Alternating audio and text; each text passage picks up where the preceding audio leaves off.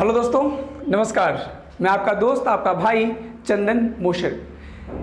ये वीडियो पृथ्वी के गति का पार्ट दूसरा है। चलिए, तो आप लोग देख लिए होंगे कि घूर्णन गति से जो संबंधित घटनाएं हैं वो किस प्रकार से घटती है और समझ भी लिए होंगे। अब समझते हैं परिक्रमण गति से होने वाली घटनाओं को। देखिए, परिक्रमण गति से घटनाएं बताए थे आप लोग, ये होता है, हम लोग सबसे पहले समझते हैं उपसौर और अपसौर। उपसौर और अपसौर का होना और दूसरा कर्क रेखा और मकर रेखा का निर्धारण कैसे होता है वो। देखिए, हमारा जो पृथ्वी है वो पृथ्वी सूर्य का चक्कर कौन सा कक्षा में मार रहा है? दीर्घ वृत्ताकार कक्षा में। वृत्ताकार कक्षा में नहीं, ये होता है वृत्ताकार कक्षा और ये होता है दीर्घ वृत्ताकार कक्षा। मतलब अंडाकार कक्षा में हमारा पृथ्वी जो है वो सूर्य का परिक्रमा कर रहा है। देख लीजिए ये, और यही दीर्घ वृत्ताकार कक्षा में परिक्रमा करने के कारण उपसौर और अपसौर की स्थिति उत्पन्न होता है। ये क्या होता है तो देखिए, दीर्घ वृत्ताकार कक्षा में घूमने के कारण जो पृथ्वी है वो पृथ्वी एक स्थिति में सूर्य के बहुत नजदीक आ जाता है। एक स्थिति में पृथ्वी जो है सूर्य के बहुत नजदीक आ जाता है, और जब यहां से बढ़ता है, आगे चलता है, तो सूर्य से बहुत दूर आ जाता है।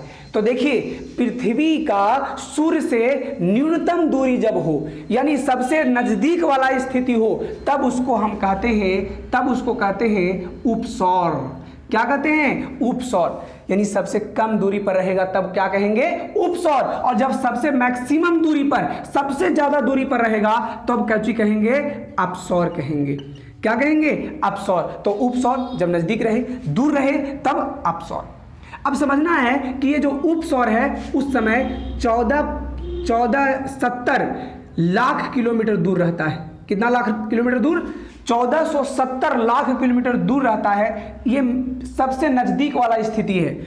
और 1520 लाख किलोमीटर जब मैक्सिमम दूरी हो, यानी अपसौर के स्थिति में जो पृथ्वी होता है वो 1520 लाख किलोमीटर दूर होता है, जबकि नजदीक वाला स्थिति में 1570 लाख किलोमीटर नजदीक माने दूर होता है। ठीक है। उपसौर की जो स्थिति है वो 3 जनवरी को होता है, जबकि अपसौर की स्थिति जो है वो 4 जुलाई को होता है। तो ये इंपॉर्टेंट चीज है कि उपसौर और अपसौर क्या होता है। तो उपसौर जब नजदीक रहेगा, माने सबसे न्यूनतम दूरी पर रहेगा तो, और सबसे अधिकतम दूरी पर रहेगा तो अपसौर। उपसौर कब होता है? 3 जनवरी को, और अपसौर जो होता है 4 जुलाई को होता है। ठीक है। अब समझिए, इसी से आता है खगोलीय इकाई। चूंकि पृथ्वी जो है दीर्घ वृत्ताकार कक्षा पर घूम रहा है, इस स्थिति में पृथ्वी और सूर्य के बीच का जो दूरी होता है वो घटते बढ़ते रहता है। तो उसके औसत दूरी को हम लोग कहते हैं खगोलीय इकाई। क्या कहते हैं? खगोलीय इकाई। कांस्टेंट तो नहीं रहेगा, यहां पर कुछ रहेगा, यहां पर कुछ दूरी रहेगा, यहां पर कुछ दूरी रहेगा, यहां पर कुछ दूरी रहेगा। तो उसी दूरी को औसत दूरी निकाला गया, एवरेज डिस्टेंस निकाला गया, और उसी एवरेज डिस्टेंस को क्या कहा गया बाबू? खगोलीय इकाई। पूछता है खगोलीय इकाई क्या होता है, तो सूर्य और पृथ्वी के बीच के औसत दूरी को क्या कहते हैं? खगोलीय इकाई कहते हैं, एस्ट्रोनॉमिकल यूनिट कहते हैं। इसको AU से सूचित करते हैं, और 1 U बराबर होता है 15 करोड़ किलोमीटर। देखो, 14.7 करोड़ यहां पर किलोमीटर है और यहां पर 15.2 करोड़ किलोमीटर है। तो ये दोनों के बीच में लगभग 15 करोड़ आता है। कितना आता है? 15 करोड़ आता है। तो आई होप आपको उपसौर और अपसौर समझ में आया होगा। देखिए, कर्क रेखा और मकर रेखा का निर्धारण। देखिए, उसको समझने से पहले हम लोग समझते हैं पृथ्वी का झुकाव। देखिए, पृथ्वी में 2 तरह का झुकाव होता है, एक होता है अक्षीय झुकाव और एक होता है कक्षीय झुकाव। पृथ्वी जो है ना, उसका जो अक्ष है वो इस प्रकार से सीधा नहीं है, इस प्रकार से सीधा नहीं है। ग्लोब ऐसे रखाएगा ऐसे। तो ऐसे जब रखते हैं तो इसका जो अक्ष देख रहे हैं, ये वाला जो डंडा, ये वाला, ये अक्ष क्या है? झुका हुआ है। और ये कितना डिग्री झुका हुआ है बाबू? 23.5 डिग्री। कितना डिग्री? देखिए, ये जो है अक्ष है, ये कितना डिग्री कोण बना रहा है? 23.5 डिग्री। चूंकि पृथ्वी जो है वो पृथ्वी इस प्रकार से झुक कर क्या करता है? सूर्य का चक्कर मारता है। सूर्य का क्या मार रहा है? चक्कर मार रहा है। इस प्रकार एक तल का निर्माण हो रहा है, और उस तल से जो झुकाव है, यानी जो कक्षा तल है, उस कक्षा तल से जो झुकाव है, बताइए ऊपर से 23.5 रहेगा तो नीचे से कितना रहेगा? 66.5 डिग्री। 66.5 डिग्री। तो ये 66.5 डिग्री जो है वो कौन सी है?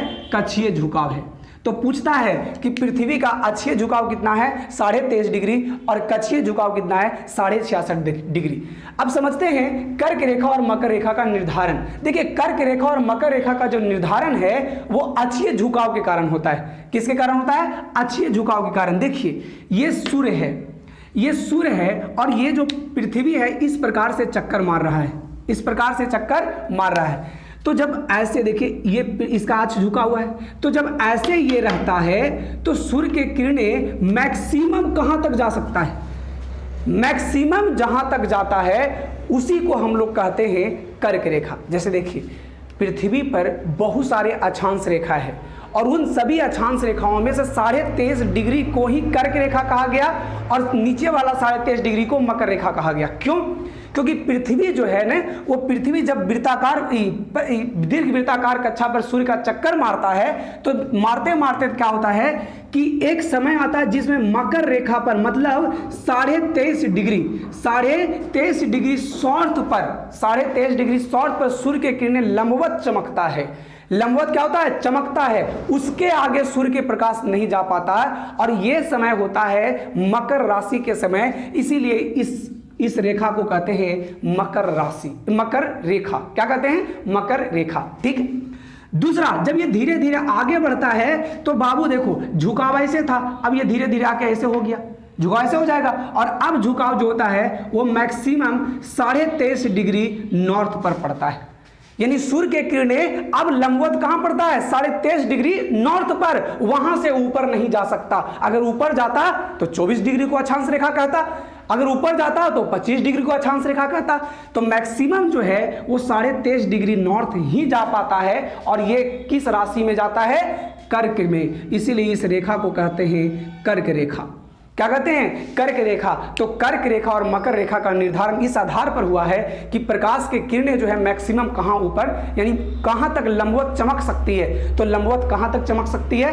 मकर रेखा तक और कर्क रेखा तक। तो उसी आधार पर उसका नाम रखा गया है मकर रेखा और कर्क रेखा, कर्क रेखा और मकर रेखा। तो आई होप आपको ये दोनों बात समझ में आएगा कि कैसे उपसौर और अपसौर होता है, और कैसे कर्क रेखा और मकर रेखा होता है।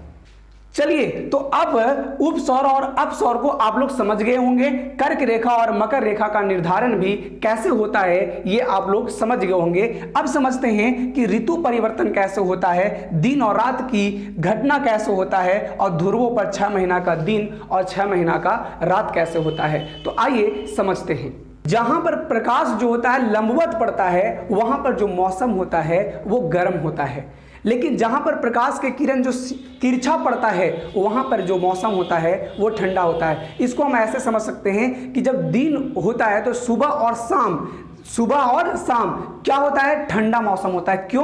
क्योंकि सूर्य के किरणें जो होता है वो तिरछा पृथ्वी पर पहुंचता है, जबकि वही दोपहर में प्रकाश जो है सीधा लंबवत पड़ता है। इसके कारण वहां पर जो हमारा पृथ्वी है वो ज़्यादा से ज़्यादा मात्रा में ऊष्मा का अवशोषण करता है। तो देखिए भाई, जब प्रकाश सीधा लंबवत पड़ेगा तो यहाँ पर होगा गर्मी।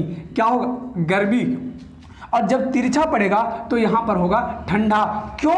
क्योंकि ध्यान रखिएगा, यहाँ पर जो माने ऊष्मा का अवशोषण है वहाँ पर कम होगा, और यहाँ पर क्या होगा? ज़्यादा होगा। समझिएगा, कोई भी स्थान पर जो मौसम है वो 4 प्रकार के होगा, और इस प्रकार से आएगा। सबसे पहले आएगा गर्मी। जब प्रकाश की किरणें सीधा पड़ेगी तो आएगा गर्मी, और गर्मी जब हटेगा तो धीरे धीरे आएगा शरद, और शरद के बाद प्रकाश की किरणें जब वहां पर तिरछा पड़ने लगेगी तो होगा ठंडा, और जब ठंडा होगा और गर्मी आने वाला होगा, ठंडा खत्म होने वाला होगा और गर्मी आने वाला होगा, तब होगा बसंत। क्या होगा? बसंत, कोई भी क्षेत्र में। तो अब इसको समझिएगा। यहां से देखिए, ये है सूरज, और ये सूरज का पृथ्वी जो है चक्कर मार रहा है। इस प्रकार से पृथ्वी क्या कर रहा है? चक्कर मार रहा है। और आप ये भी जानते हैं कि पृथ्वी जो है 23.5 डिग्री से अपना अक्ष पर झुका हुआ है, अपना अक्ष पर झुका हुआ है। अब 2 स्थिति समझते हैं, जब यहां पर पृथ्वी होगा तब, और यहां पर पृथ्वी होगा तब। माने यहां पर पृथ्वी होगा तब जो किरण है कहां चमकेगा? देखिए भाई, हम यहां पर 1 लाइन, 2 लाइन, 3 लाइन समझ गए होंगे। ऊपर वाला कर्क रेखा, बीच वाला विषुवत रेखा, नीचे वाला मकर रेखा। 3 लाइन है ना? कर्क रेखा, विषुवत रेखा और मकर रेखा। जब किरणें ऐसे होगी, जब किरणें ऐसे होगी तो बताइएगा सूर्य की किरणें ज्यादा प्रभावी इस पर होगा कि ज्यादा प्रभावी इस पर होगा? बताइए, सूर्य की किरणें जब ऐसे पड़ेगी और ये तिरछा झुका हुआ है तो ज्यादा प्रभावी इस पर होगा, क्योंकि ये क्या होगा, नजदीक में होगा। ये क्या होगा, नजदीक में होगा, तो इस पर ज्यादा प्रभावी होगा। मतलब मकर रेखा पर प्रकाश की किरणें सीधे पड़ेगी। तो इस समय जिस समय मकर रेखा पर प्रकाश की किरणें, मकर रेखा पर प्रकाश की किरणें सीधा पड़ेगी, उस समय मकर रेखा पर क्या होगा भाई, गर्मी होगा। क्या होगा, गर्मी। लेकिन जब धीरे धीरे धीरे धीरे धीरे यहां पहुंचेगा, धीरे धीरे धीरे धीरे यहां पहुंचेगा। अब इसको ऐसे समझिए, देखिए भाई, आपको पहले यहां तो समझा देते हैं। धीरे धीरे अभी यहां चलाया, कहां चलाया, यहां चलाया। तो अब बताइए कि ये जो है, ये देखिए, ये इस प्रकार से आया, इस प्रकार से यहां चलाया। तो बताइए, तो अब जो है इसका झुकाव ज्यादा सूरज की ओर है, क्यों है कि इसका ऊपर वाला या नीचे वाला? तो आपको लग रहा होगा ऊपर वाला।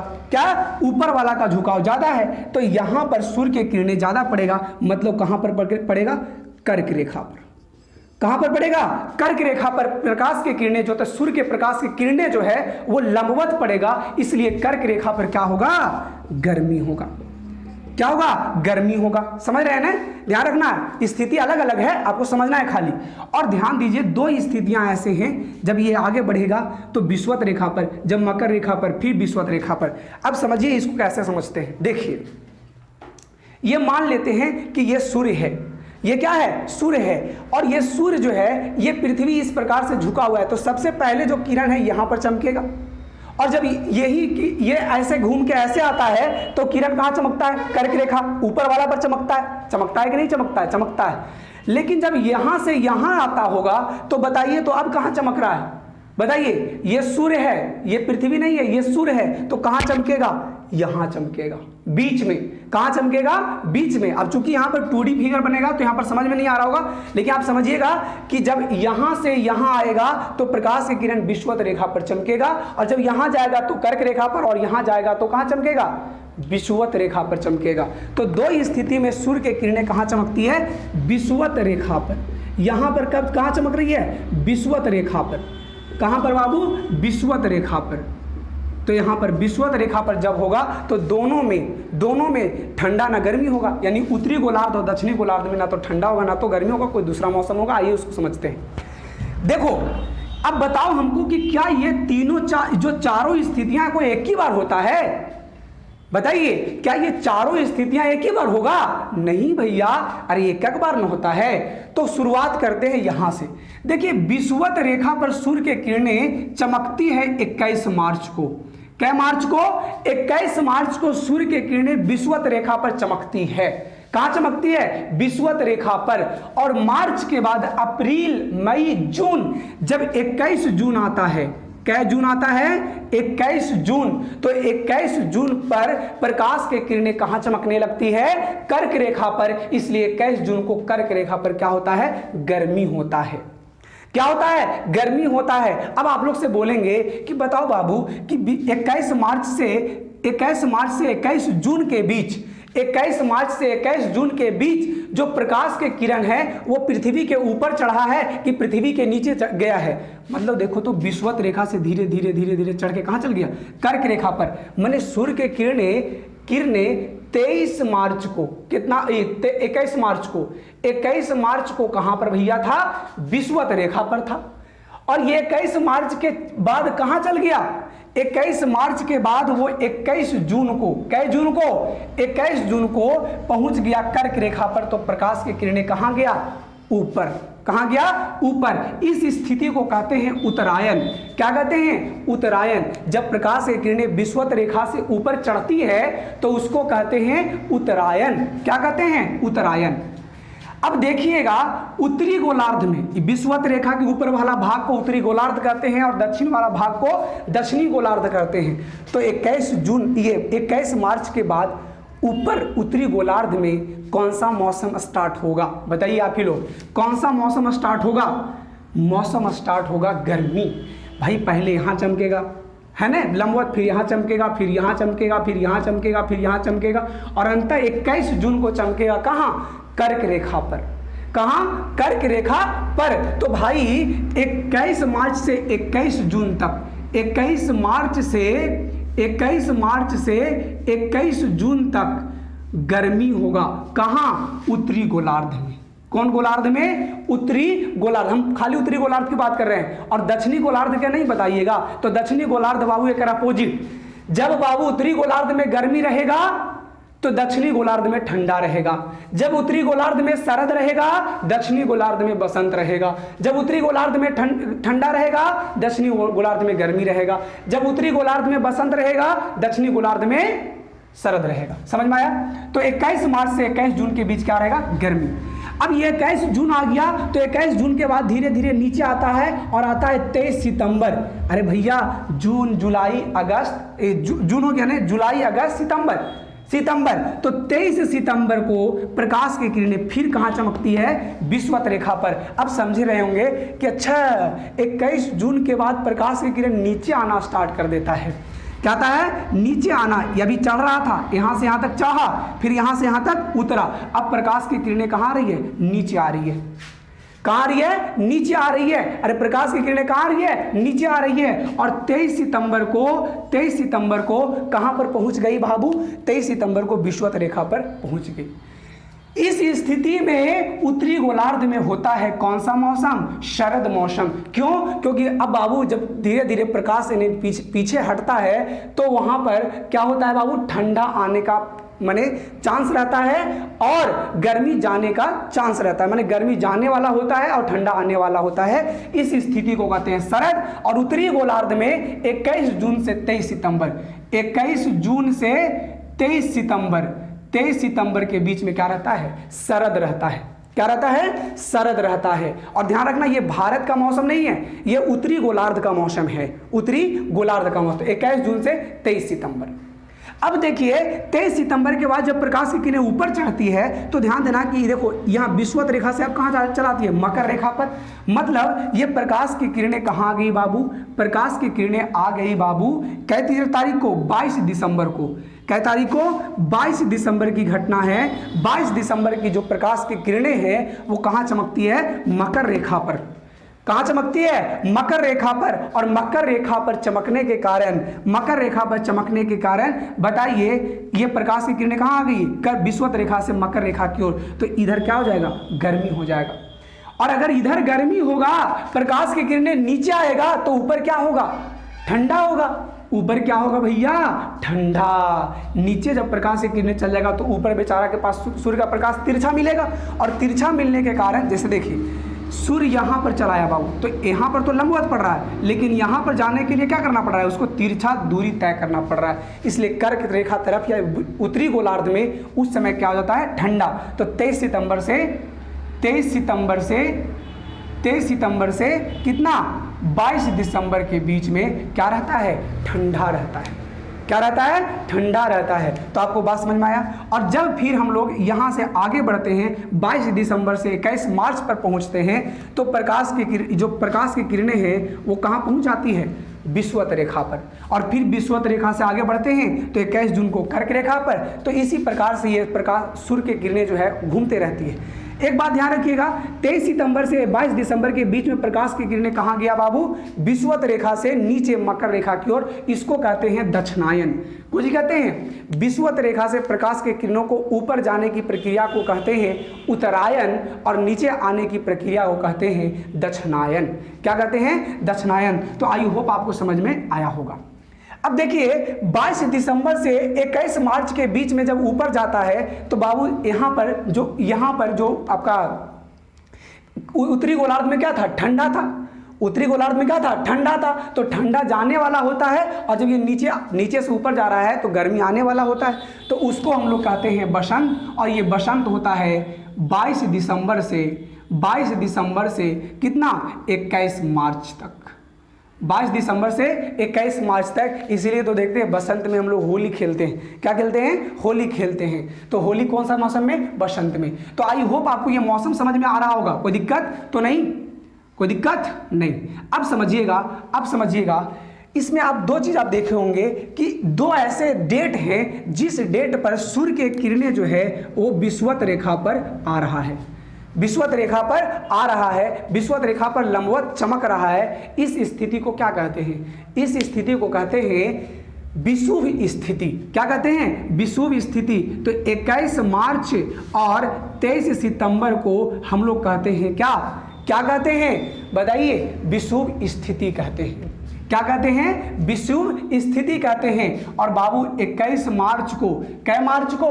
21 मार्च को, 21 मार्च को उत्तरी गोलार्ध में बसंत होता है, इसलिए हम लोग कहते हैं बसंत विषुव।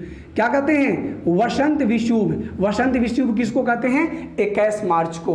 और 23 सितंबर को उत्तरी गोलार्ध में शरद रहता है, इसलिए इसको कहते हैं शरद विषुव। क्या कहते हैं? शरद विषुव। तो पूछेगा कि बसंत विषुव किसको कहते हैं और शरद विषुव किसको कहते हैं? तो बसंत विषुव आएगा 21 मार्च को, कै मार्च को? 21 मार्च को आएगा, और 23 सितंबर को आएगा शरद विषुव। तो आई होप आपको ये बात समझ में आ रहा होगा। अब समझते हैं हम लोग, ये मौसम समझ में आया कि कैसे ठंडा गर्मी शरद बरसात आ रहा है ना? अब देखिए अब होता है, इसी कारण से होता है दिन और रात की अवधि छोटा बड़ा होना। सबसे पहला दिन और रात के बड़ा छोटा होने के पीछे का कारण क्या है बाबू? पहला है अक्ष पर झुकाव। अक्ष पर झुकाव, अक्षीय झुकाव के कारण और परिभ्रमण गति के कारण, परिक्रमण गति के कारण क्या होता है? दिन और रात की अवधि छोटा होता है। देखिए कैसे? देखिएगा, दिन और रात की अवधि इसलिए छोटा होता है, जैसे देखिए जब कर्क रेखा पर प्रकाश की किरणें चमकेगी तो जो परदीप्ति वृत्त होगा वो तिरछा हो जाएगा। क्या हो जाएगा? अरे भैया, जब देखो ये पृथ्वी है और सूर्य की किरण अगर सीधा पड़ेगा तो सीधा ऐसे बांटेगा, परदीप्ति वृत्त ऐसा होगा, इधर रात होगा और इधर क्या होगा? दिन होगा। लेकिन अगर सूर्य की किरणें, अगर सूर्य यहां पर पहुंच जाएगा तो परदीप्ति वृत्त ऐसा ना हो जाएगा? बताइए, परदीप्ति वृत्त ऐसा हो जाएगा। और परदीप्ति वृत्त ऐसा हो जाने के कारण आप ही लोग बताइए कि बड़ा दिन कहां पर होगा, छोटा दिन कहां पर होगा, है ना? अरे ई वाला एरिया तो रात है ना बाबू, ई वाला एरिया क्या है? रात है। तो जरा बताइए कि सबसे बड़ा जो रात दिन होगा वो किधर होगा? कर्क रेखा पर। जब प्रकाश की किरणें कर्क रेखा पर चमकेगा तो सबसे बड़ा दिन होगा, कर्क रेखा पर। और मकर रेखा पर सबसे छोटा दिन होगा, बात समझ में आ रहा है? अरे बोलिए, यूं कह लीजिए कि आप लोग से अगर पूछे कि बताइए उत्तरी गोलार्ध में सबसे बड़ा दिन कहिया होता है, तो उत्तरी गोलार्ध में सबसे बड़ा दिन बता दें, सबसे बड़ा दिन कर्क रेखा पर जहिया चमकेगा तहिया, और कर्क रेखा पर चमकता कहिया है? 21 जून को। तो 21 जून को चमकने के कारण सबसे बड़ा दिन 21 जून को होता है। कै जून को होता है? 21 जून को होता है। क्लियर? अब समझिएगा दूसरा हो गया बाबू, आपसे पूछेगा दक्षिणी गोलार्ध में सबसे छोटा दिन, तो बाबू 21 जून को चमक रहा है कर्क रेखा पर, और कर्क रेखा पर चमकेगा तो यहाँ पर सूर्य की किरणें जो ये मकर रेखा पर है वो तिरछा जाएगा और कर्क रेखा पर सीधा जाएगा। तो इसका जो माने प्रदीप्ति वृत्त है वो इस प्रकार से हो जाएगा। समझ में आ रहा है? लेकिन अगर कर्क रेखा पर ही चमके, अगर कहां पर सूर्य की किरणें चमके? कर्क रेखा पर चमके, तो देखिए तो प्रदीप्ति वृत्त तिरछा हो जाएगा, जस्ट इसका अपोजिट हो जाएगा।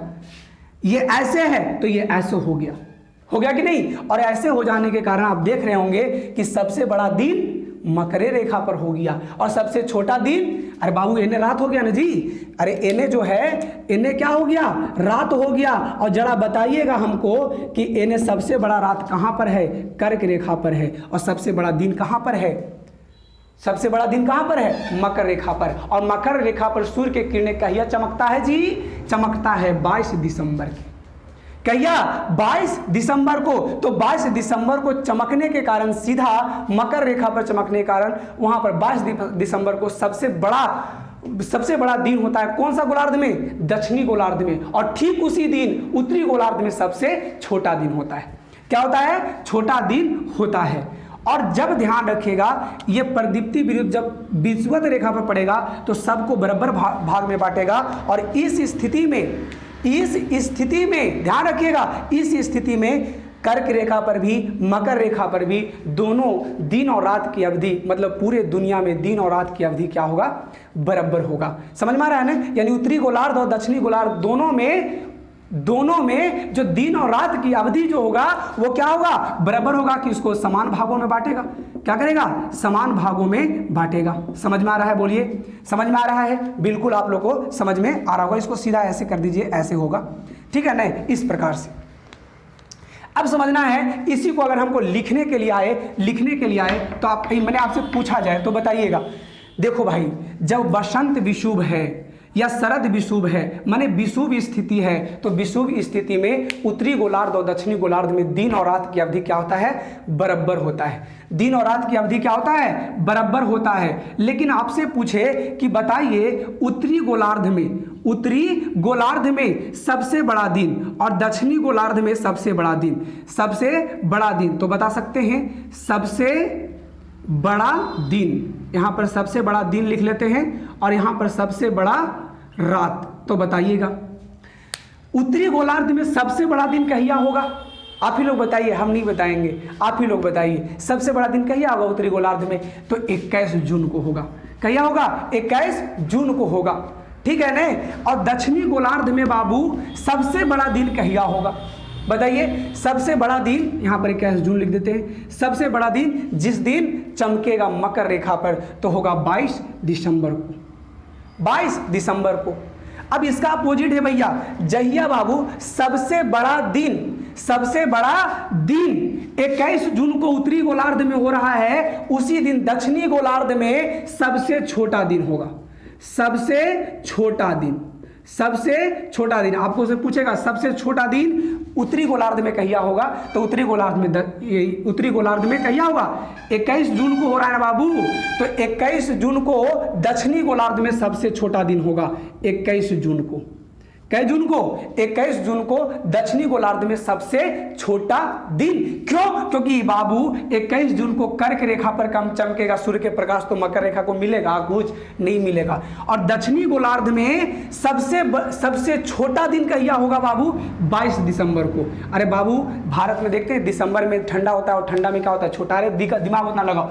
गर्मी में जब गर्मी रहेगा तो बाबू वहां पर दिन की अवधि बड़ा होगा, रात की अवधि छोटा होगा। और जब ठंडा होगा तो दिन का अवधि जो होगा, दिन का जो अवधि होगा वो बताइए क्या होगा? ठंडा होगा तो दिन का अवधि छोटा होगा, रात का अवधि बड़ा होगा। तो आई होप आपको ये पूरा बात आपको समझ में आया होगा। अब एक पांचवा बात जो छूटा हुआ है वो है कि ध्रुवों पर दिन और रात की अवधि 6 महीना क्यों होता है, यानी 6 महीना दिन और 6 महीना रात क्यों होता है। आइए उसको समझते हैं। देखिए 6 महीना का रात और 6 महीना का दिन होता है, वो होता है पृथ्वी के ध्रुवों पर। आप जानते होंगे कि पृथ्वी के 2 ध्रुव हैं, एक है नॉर्थ पोल और एक होता है साउथ पोल। नॉर्थ पोल और साउथ पोल आपको मोटा मोटी समझना है कि जब ये घूमता है तो एक पोल पर यानी एक ध्रुव पर 6 महीना सूर्य का प्रकाश जाता है और एक पर 6 महीना सूर्य का प्रकाश नहीं जाता, और मैंने घूमता है। तो अब देखिए आप यहां से 21 मार्च से 21 जून और 21 जून से 23 सितंबर के बीच में सूर्य के प्रकाश किधर रहता है? तो उत्तरी गोलार्ध में रहता है। किधर रहता है? उत्तरी गोलार्ध में। कहां से? 21 मार्च से 23 सितंबर के बीच में सूर्य के प्रकाश की किरणें कहां रहता है? उत्तरी गोलार्ध में। यहां पर ध्यान दें, यहां पर भोर होता है, यहां पर 12 बजे माने दोपहर होता है और यहां पर शाम हो जाता है। कौन सा ध्रुव पर? उत्तरी ध्रुव पर।